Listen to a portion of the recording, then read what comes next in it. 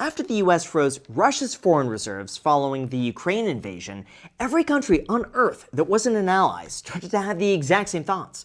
That could happen to us if we don't prepare. So they started diversifying into gold, into each other's currencies. And this is the part that's moving quickly into an entirely new payment system that's designed to bypass the dollar altogether. As proof of this, in 2010, China held roughly 40% of their reserves in US treasuries. Basically, they were lending the US government a massive chunk of their savings. But by 2025, that number had been cut in half to roughly 20%.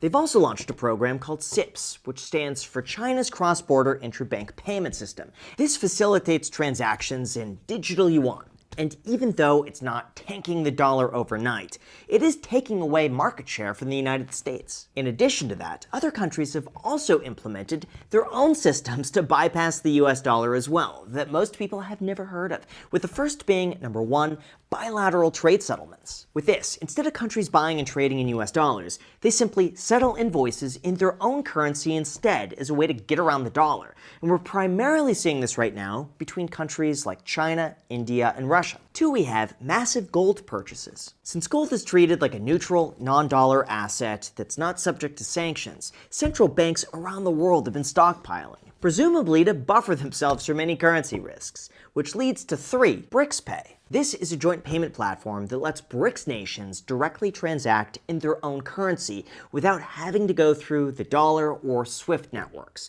which is the Western-controlled messaging system that all international bank transfers currently run through. Then after that, four, we have something called mBridge. This is a blockchain-based framework that's currently being tested throughout central banks in China, Hong Kong, Thailand, the UAE, and Saudi Arabia. This allows countries to settle their own digital payments without needing confirmation from a neutral third party, like the United States. Which brings us to also number five. We have something called the unit, which is a proposed digital settlement currency that's backed by 40% gold and 60% by a basket of BRICS currencies.